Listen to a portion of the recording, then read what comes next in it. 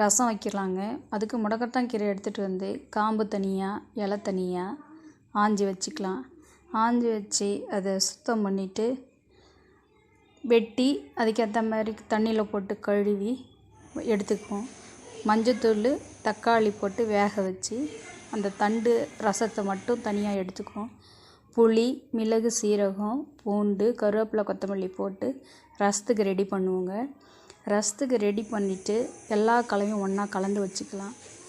வாணலில் எண்ணெய் ஊற்றி கடுகு போட்டு கருவேப்பிலை தாளித்து, கருவேப்பிலை காஞ்ச மிளகாலாம் போட்டு தாளித்து நம்ம ரெடி பண்ணி வச்சுருக்கிற இந்த முடக்கத்தான் சூப்பு, மிளகு, சீரகம், கலவை அனைத்தையும் போட்டு ரசம் தாளித்து மூடி வைப்போங்க. ஒரு கொதி வந்ததும் அதை இறக்கி எடுத்து பரிமாறினா சுவையான சத்தான முடக்கத்தான் கீரை ரசம் ரெடி.